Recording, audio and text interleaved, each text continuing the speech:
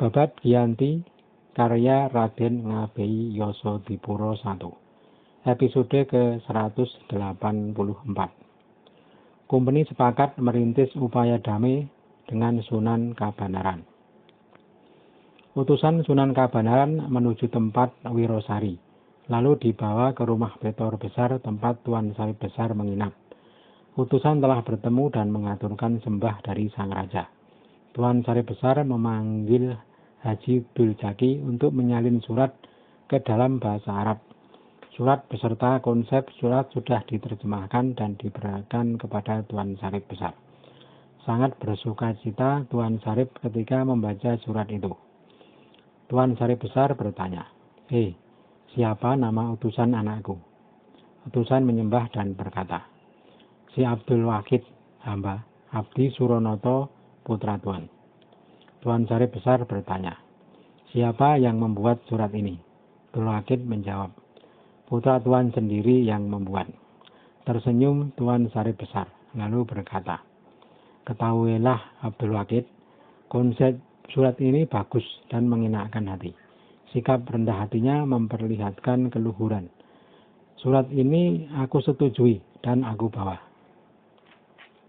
Abdul Wahid berkata, "Maka putra Tuan sendiri yang membuat, karena tahu Tuan sendiri yang akan membawa surat itu. Juga disertakan hadiah berupa tombak dan keris. Tuan jangan tanggung dalam menolong kepada putra Tuan," berkata Syekh Ibrahim. "Abdul Wahid jangan susah hati. Aku meyakini putraku orang yang punya nalar dan tidak ingin berbuat rusuh. Aku tidak gendong dan pikul. Aku tak akan takut pada kesulitan." Abdul Wahid berkata, "Putra Tuan menyertakan hadiah sebagai tanda kesungguhan yang akan diaturkan kepada Gubernur Jenderal. Adapun Tuan yang diminta untuk berunding secara lisan."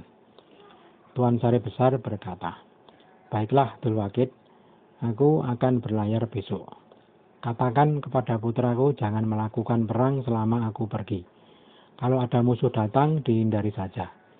Tidak akan lama aku pergi. 40 hari sudah datang. Katakan agar jangan khawatir, dan engkau pulanglah. Ini surat balasan dariku." Abdul Wahid menyembah dan minta pamit, berangkat dari Semarang pukul 3.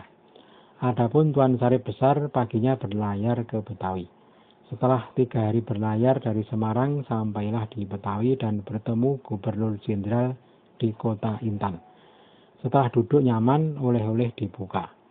Jenderal Yakob Mosel kaget, karena seperti persembahan untuk raja-raja di zaman dulu. Surat kemudian diterima dan dibaca juru bahasa. Ketika mendengar isi surat, Yakob Mosel kaget, karena ternyata penyebab perselisihan di tanah Jawa adalah pihak Kompeni Belanda sendiri. Isi surat Raja Kabanaran adalah sebagai berikut. Setelah menyatakan salam, Pangeran Mangkubumi menceritakan peristiwa yang membuatnya mengangkat diri sebagai raja atas kehendak sendiri. Hal itu dilakukan karena Hohenlohe yang diminta persetujuan menolak. Hohenlohe terus mengerahkan pasukan sehingga terjadilah perang berlarut-larut. Adapun sebab Pangeran Mangkubumi berdiri menjadi raja adalah sebagai berikut seperti yang dikatakan dalam surat. Dahulu saya mengikuti sayembara yang diumumkan oleh Sang Raja. Ada sebagian tanah milik raja yang letaknya setengah hari perjalanan dari negeri Surakarta. Tanah itu bernama Sukowati. Tanah itu luasnya 3.000 cacah. Sang Raja mengumumkan sayembara yang juga disetujui Hohenlohe sebagai komandan kompeni di Surakarta. Barang siapa bisa merebut tanah itu dari pihak musuh, maka tanah itu akan diberikan sebagai hadiah. Lalu saya mengikuti sayembara itu dan berhasil merebut tanah Sukowati sehingga tanah diberikan kepada saya sejumlah 3.000 cacah. Lalu saya diangkat sebagai panglima perang kerajaan dengan tugas menumpas pemberontakan 5 pangeran. Selang 3 bulan dari pindahnya keraton ke Surakarta, Gubernur Jenderal Van Imhoff datang. Van Imhoff mengurangi tanah saya hanya menjadi tinggal kurang dari separuh. Dan Hohenlohe diam saja tidak mau menjelaskan duduk perkaranya. Ketika Gubernur Jenderal pulang ke Betawi, Saya pun meninggalkan negeri dan tinggal di Sukowati. Saya lalu diserang dan diusir di setiap tempat. Hohenlohe tidak pernah menolong saya, malah terus mengerahkan pasukan untuk menyerang saya. Setelah setahun berperang, ada utusan Hohenlohe yang menyatakan sanggup mengembalikan tanah saya sepeninggal Van Imhoff. Tetapi hal itu tak pernah terjadi dan saya selalu dikejar. Karena perang memang berebut hidup, saya pun melawan, sehingga banyak menewaskan prajurit kompeni. Kapten As, Mayor Pal, dan Mayor Clerk, mereka semua tewas. Kemudian saya mendengar kedatangan Syekh Ibrahim yang telah sepakat dengan Eyang Jenderal hendak menolong keadaan yang hampir terlambat ini. Semoga Eyang Jenderal dan segenap Dewan Hindia berkenan memberi keadilan kepada saya yang telah teraniaya. Dan lagi Eyang, kalau berkenan berdamai, saya minta Hohenlohe dipindahkan dari Semarang. Kalau dia masih di sana, walau hancur menjadi debu, akan saya tempuh. Saya memilih mati di hutan dan menolak kehendak Eyang Jenderal. Kalau Hohenlohe sudah tidak terlihat, saya berserah kepada kehendak Eyang Jenderal.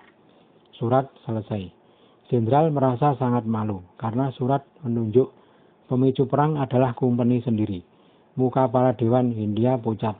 Dengan menghibah, para pembesar kompeni meminta kepada Tuan Sari Besar untuk mengurai masalah ini.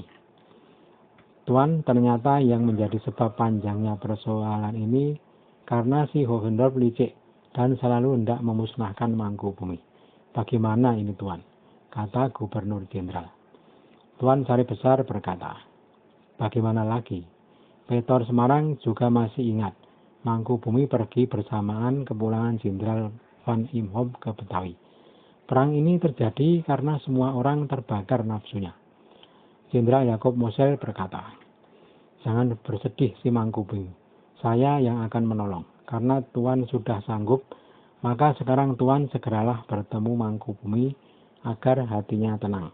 Tak urung separuh keraton Tanah Jawa akan menjadi miliknya setelah kami berdamai dengan putra Anda si Mangkubumi. Dan Mangkubumi semoga menerima penyelesaian ini. Berserahlah kepada takdir Tuhan. Kasihanilah rusaknya Tanah Jawa. Berkata Tuan Syekh Ibrahim. Sekarang Mangkubumi sedang berhadapan-hadapan dengan pasukan Hohenlohe dan Mangkunagara. Mangkubumi dikeroyok dua kubu. Berkata Jenderal Jacob Mosel. Si Hohenlohe harus mundur. Pasukannya Tuan suruh mundur. Ini saya bawakan cap saya dan para Dewan Hindia sebagai bukti bahwa Anda adalah duta yang sah dari Gubernur Jenderal dan Dewan Hindia. Sudah sepakat tentang jalan keluar yang akan ditempuh. Sunan Kabanaran diterima permintaannya dan akan diangkat sebagai raja di separuh tanah Jawa, sekaligus sebagai panglima dan pendamping Sang Raja Surakarta. Jika ada musuh yang akan melawan, Sang Raja Surakarta boleh membantu. Satu mantri pun boleh. Namun Sang Raja Kabanaran yang berkewajiban memusnahkan musuh. Tuan Jenderal Jacob Mosel lalu berkirim surat kepada Sunan Kabanaran. Bersama surat disertakan hadiah berupa bakal pakaian bludru 3 lembar berwarna ungu, hitam, dan hijau, 2 pistol halus, senapan halus 1 rakit, kain sangklat merah 3 paket, dan 3 paket sangklat berwarna hitam dan hijau. Sudah lengkap pesan untuk Tuan Besar Syarif Ibrahim yang ditujukan kepada Sunan Kabanaran. Ketika Tuan Syarif Besar berangkat ke Semarang, mendadak ada utusan dari Gubernur Semarang yang sedang berada di medan perang. Surat menyatakan bahwa Mangkubumi kalah perang melawan Pangeran Mangkunagara.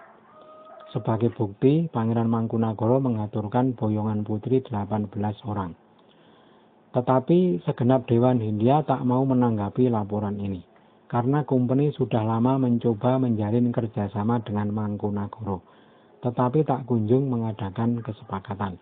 Selalu saja menghindar dari perundingan. Sudah kompak, Dewan Hindia akan tetap memegang Mangkubumi, karena lebih bisa dipercaya dan lebih dapat diandalkan. Lebih baik yang menjadi musuh adalah Mangkunagara, walau berjumlah 25 pun. Satu musuh Mangkubumi lebih merepotkan. Mangkubumi walau kalah tak sampai 1 tahun akan bangkit lagi dan menjadi lebih kuat. Maka lebih baik mengandalkan Mangkubumi untuk menjaga keamanan negeri. Begitu pikir para Dewan Hindia.